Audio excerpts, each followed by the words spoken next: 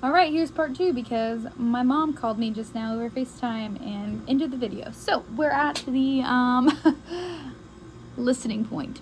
Just tell them to listen to you, and you will listen to them if they. It's a give and take. Just respect. 3, respect others. They need to respect each other as well. So if one person is talking, you need to make sure that everyone is listening, and then that other person will get a chance. If a student is being disrespectful, make sure you pull them aside and try not to call them out in front of everyone. When there's a lot of them, if several of them are doing it, bring them all to the side and talk about it. But try not to embarrass them, because sometimes they may not know. It's really hard to not do that, to not just call them out, though. I completely understand if it happens. I do that sometimes, and so it's a work in progress. Keep your hands and feet to yourself. Touching is just not allowed. Some of these kids like to be handsy and pushy. Just be aware of what that looks like. If it's looking aggressive, please tell them to stop. And also just tell them to keep their hands and feet to themselves. They should just do that in general. Consequences. Alright, the exact details of the consequences differ according to the developmental stage of each class, so the age. So it refers to the class cart and the box, if that. So that's like, let's see. There's some of them that have boxes and some of them that don't. Oh wait, no, they all do. Sorry, I'm just a little, trying to process all this, especially after my mom just called and threw me off. Okay, so all the classrooms do have boxes, so that's where the parents sign in. There's like certain consequences for each of them, and I will explain to you what each of them look like for each age. The baby's one, which you wouldn't really use disciplinary consequences for a baby. The rules are on the wall instead of the box, because there's no box. It's a sign-in stand. So most of them all are under the same way. You need to give them a gentle reminder.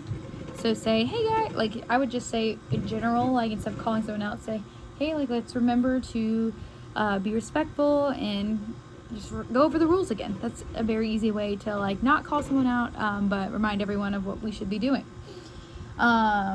Teacher may have a child move to a different area, so if you notice 2 kids aren't getting along, just say, hey, why don't you like move over here? Say it not in like an aggressive way, just say it in a way that's like, this isn't problematic. I just want you to sit over here. That just would be more helpful for me. Make it about you. Set a child away from the group. So if someone is being really rowdy, I would just say, hey, let's go for a little walk. We're going to crack the door open so that I can still kind of hear what's happening, so that other teacher is not by themselves, because you're not supposed to be left alone with students. And so most specifically one individual student. So if you're the one talking to a student, you need to make sure that you or you're someone. Hey, I'm doing something. Here's Garrett. You're really distracting. Awesome. Probably. He's taking the dog, so we're good.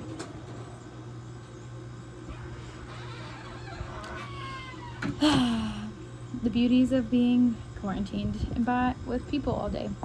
Okay, so pull them aside, safety for you, so that you're not alone with a student. You just talk to them, kind of say, hey, what's going on? What's the situation? How do you feel? Like, hear them out, and then kind of present like, hey, this is what we should be doing. I know that's frustrating, or this made you mad, or you may not like being here, but let's just try to make it through this. Tell them the time, how much longer. Sometimes it's okay to just say like, there's 5 more minutes left. Most kids don't necessarily know how long 5 minutes is. Upper kids would not listen to that, but anyone lower, say, this class will end in 5 minutes. That has worked with me with a student in the classroom, or in class and at church. I've said, hey, there's 5 minutes left, and it's been like 45, but they survived because they thought it was 5 minutes. So, and then 4, if something is so wrong, like there's a big situation, please contact me first, and I will escort the child out, and have her sit with her parents, talk to her, or him, and then bring them to their parent. There is a parent communication card that I would send to you. I don't have them everywhere in all the classrooms because we don't use them that often, so I don't want to waste paper. Maybe I should waste paper, but just let me know and we'll log it together. So, aggressive behavior. So if there is biting, hitting, pushing, scratching, or pulling. So sometimes toddlers in the toddler room do that. So I said toddlers tend to be learning these behaviors, so use your discretion. Preschool age and older should have learned these behaviors. Still use discretion. Because they're expected not to do it. So toddler age, they're like stealing and not sharing. That's pulling technically. If they're pushing on it because they're just upset, just pull them apart, talk about it, tell the parents what occurred, and then if a child displays any of these behaviors in preschool and older, they will be removed from the class immediately if it's very aggressive, like very maliciously and out of anger. And then let me know. And that's another discipline log that we need to have. I have not ever had to do that, just so you know. But these are the protocols that we have in order to be safe. Crying policy. If a baby cries for over 5 minutes, one volunteer is welcome to leave the room. The baby room has a gate, and so the door is never closed. So if you're walking up and down that hallway, you're still in ear sight and vision of each other. And so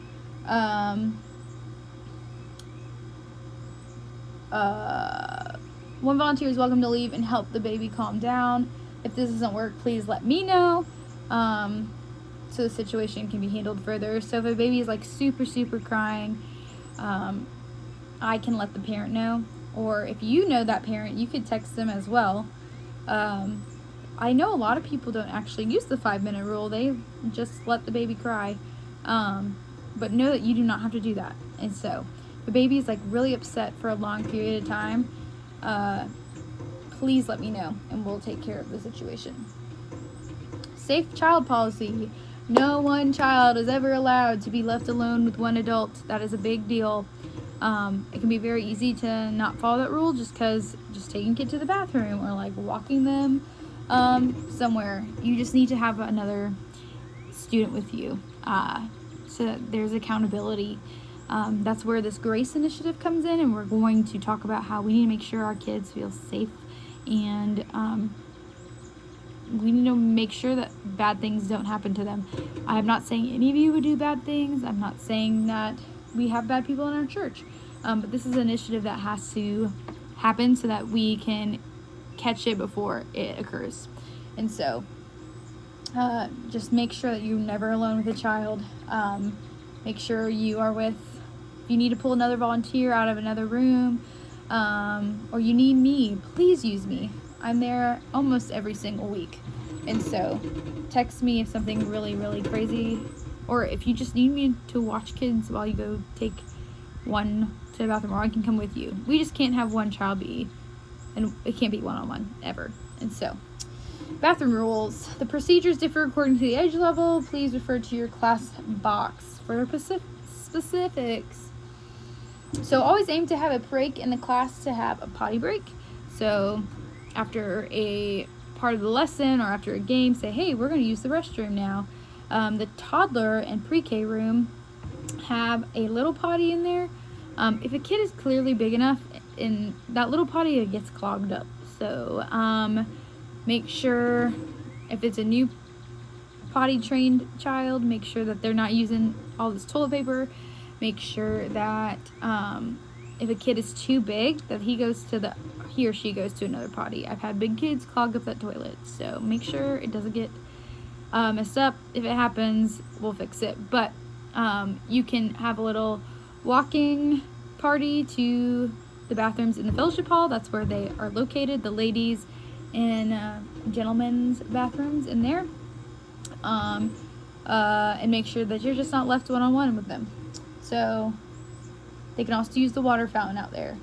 If a child is capable of going to the bathroom on their own, they can close the door, but remind them to wash their hands. If a child needs help, leave the door open and make sure... Pollen, man. Okay. Make sure both volunteers are within view of the child being assisted before enforce proper hand washing, especially nowadays. We gotta wash our hands for a long time. 20 seconds. Have them sing a song. If during class there is a potty emergency, an adult volunteer will grab an extra volunteer from another class so the child is accompanied by 2 volunteers. While in the bathroom, there will be extra clothes located in classes in case of emergency. So, I don't have many big kid clothes, but I have a whole bunch of underwear and pants for baby to through toddler age to use. They're really tiny pre-Kers, they can too. I'll work on getting pre-K clothes. If you guys have any clothes you would like to donate to the potty accident pile, that would be great. But I have underwear and pants for both genders to use. And they're in the toddler room. They're on the top shelf by the sink. So with the 2 volunteer situation, upper and lower elementary, they're very capable of going by themselves. So what I would do is I would have one of the volunteers stand in the hall with the room door open, and you just watch and make sure that they're going into the bathroom and coming out, and not, because our buildings are separate, and so we want to make sure that they are going in, going out, nothing crazy has happened. So make sure you're watching and making sure. You can take a whole trip out there with your whole group if you want to, but if you don't want to do that, I would recommend that situation. All right. Yeah, upper and lower. Children may use the bathroom located in the fellowship hall one at a time as needed. If there's any kind of potty emergency, please let me know and I will notify the parent. And then my number is 904-302-4838. I'm going to go over the child care on Wednesday nights really quickly for those of you who don't know what happens or if you get a little confused. And so that was our Sunday school training. If you have any questions, please let me know. I'm now moving on to the Wednesday night childcare. I'm going to try and make it really brief. So childcare is on Wednesday nights from 6 to 8. I have several paid volunteers that come help me that run a classroom, and we kind of run it in a VBS style. So we have different classrooms that they rotate through. Each class is the first class is the longest class they go in. But each classroom usually is 20 minutes, and then there's a 5-minute break between to kind of maneuver our kids, give them a break to go potty. Our classrooms there's the pizza room, so they eat in the lower elementary room. If they're toddlers, we eat in the toddler room because there's a smaller table for them.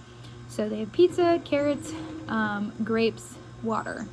And then the toddlers will have pizza cut up and go-go squeezes and graham crackers for those kids who haven't practiced eating a carrot or a grape, because some of the grapes are pretty big and we just don't want to have a choking hazard.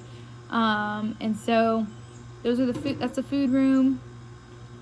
And then there's a game room, so they'll go to the fellowship hall or they'll go to the playground depending on the weather. And then there's a bunch of games and coloring sheets that they can do. They can also play like group games. That's totally allowed, but also we're going to try our hardest to not let them just run amok. They can do that sometimes. So then there's the craft room. So there's usually craft we've gone through them. A lot of crafts are really messy and too hard to do in 20 minutes. And so usually it's coloring, painting, trying to create a picture, or making bracelets. Those are usually the crafts that they do. And then there's the curriculum room, which is the last room, which is where they can go over a story in the Bible. It's usually a Jesus storybook story. The babies, we try to make, or the baby toddler room, when they go in that room, we try to make sure that they're just singing songs and learning a quick story, because there's some toys in there too and they can play. But all of those things, there is a paid volunteer that gets to go in those rooms, and they're the ones running it. So as a volunteer, if you come on Wednesday nights, you need to get there at 5:45, and you're there usually till 8:15. Parents and volunteers need to leave the building by 8:15. I love that we love to chat with each other, but we also need to make sure that we are leaving and giving my team time to clean up without kids running around. So if you want to just like talk outside, that's totally okay, especially now it's getting warmer. But when it is, we just gotta try our hardest to get out of buildings, because they're college kids or they help from camp, and just need to go home and get rest, because sometimes those nights are really crazy and it's really exhausting. And so make sure that we're being kind to those who are helping serve our team. And then, so as a person who comes and volunteers, you come and you will be paired with a age group. Upper elementary never usually has a volunteer with them, and so they get to they go to each classroom on their own, and so but there's always an adult with them with the door open, and an adult is never alone with them. If there's ever only just one kid in that age group, they would join a different class. And then an adult would either be with the baby toddler room, the pre-K kindergarten room, or the lower room. Each room has its own type of crazy, and so just knowing which age group you like to hang out with. If you want to hang out with your child, that's totally okay. If you don't want to, that's okay too. So just let me know. I need to know on Tuesday how many kids are coming and what volunteer is helping out from each age group. And yeah, that's kind of a brief description. All the same rules apply from Sunday school. Each classroom, so the upper room is the craft room. The toddler room is just used for the toddlers. They only go in there to eat. And if the craft is a little complicated, they go back there to do the craft. The eating room is the lower elementary room. And then the curriculum room is the pre-K room. And the fellowship and outside is the game area. Students, all age groups, stay with their own age group. We don't ever really come together. There's gonna be some fun nights where we do all come together, but it's just best for structure and boundaries for them to be separated. If you have any questions about Wednesday nights, please let me know, but that's kind of a brief description of what we do. And then we're going to talk real quickly about some random things from Grace. There's this book that they asked us to read, and so we just want to make sure that we as adults are not hindering or stepping into a kid's boundary that they're not okay with. They're gonna go over with our congregation about and our kids, and talk about what we need to be aware of. We need to make sure that kids are allowed to say that you're not allowed to touch me. We love to give hugs and hang out with each other, but we need to make sure that those kids who, if they feel uncomfortable, please don't continue to do it. They need to be aware that they do not have to, they have the right over their own body, and no one else does. And so as an adult, you don't have the right over their body. You can't touch them just because you want to touch them, as in hug them, high five them. We need to ask. And I know that can be hard because it's just how we love one another. We need to instruct kids of all ages to do what to do if they are inappropriately touched or simply uncomfortable around a adult or peer. There's a lot of problems that they've said with the church and people, kids not feeling comfortable enough to share about if they were abused or touched. And so making sure that they are allowed they feel like they will not be yelled at or made like they felt. We should not make them feel bad for their experience if that has occurred. We need to stand up for the kid first over the adult when it comes to that situation. So Explain to all youth the difference between sinning and being the victim of a sin. I don't want to read the whole thing. Many victims fear disclosing abuse, believing they are responsible. And so we just want to make sure that our kids, if they feel that something is wrong, that they have someone they can come talk to, and they're not going to be persecuted for that. Anyways, that's just a couple of brief things from our book, that we don't want that stuff to happen in our church. And the church is one of the safest places for kids, and it's also one of the safest places for predators to come, because they feel like they can be trusted and they have easy access. And so if you know of anything happening or have heard anything, if a kid tells you something, it needs to be disclosed to me or Anthony. If a kid asks you not to tell someone, you need to tell someone, especially if it's a safety situation. And so don't have much more about that stuff. We will have more in the fall when we do this again. But thank you guys for listening. I will send out the policy and training, and I will send out a kind of volunteer contract that says that you read it and you have had a background check and you watched this training, and so that I have documentation that you are a part of our team and you want to be. If I've said and like 100 times, I apologize for that too. So just let me know. Thank you so much for listening. I know this was a lot. This was it was about an hour. I shouldn't have said a 30-minute conversation, so sorry. I hope you guys are doing well during this quarantine time, and if you need any prayer or anything from me, please let me know. Hope you guys are having a great day. Miss y'all. Can't wait to see you soon.